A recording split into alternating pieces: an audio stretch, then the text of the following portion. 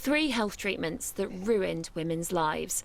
Last year, a review ruled the damage was avoidable and change was needed. There are the women living with debilitating pain after having pelvic mesh fitted to treat incontinence. Its use on the NHS is paused. The pain I would be in tears with. It was so severe. There are the mothers whose epilepsy drug harmed their unborn babies.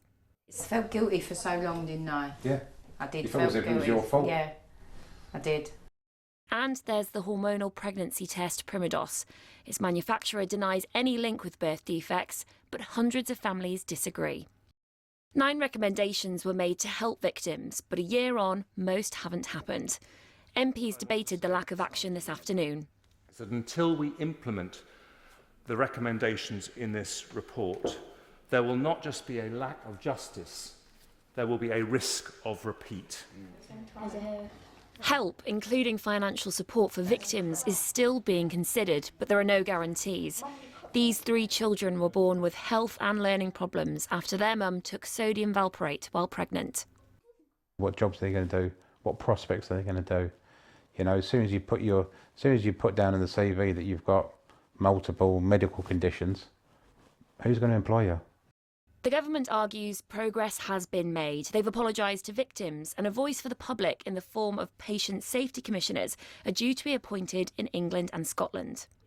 But the woman who led last year's review has called the pace glacial.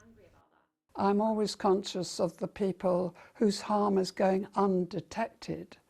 And if we had a patient safety commissioner, if that person had been appointed by now, then we know we would be much further on down the road. Those who fought for decades to be heard fear they will not get the support they deserve. It will be, well, how much is it going to cost? What can we get away with? And that really is betraying all future patients of the NHS, which is a disgrace. A year ago today, the government apologised to the victims of these 3 scandals. But MPs and campaigners say without action, that apology means nothing. Anna Collinson, BBC News.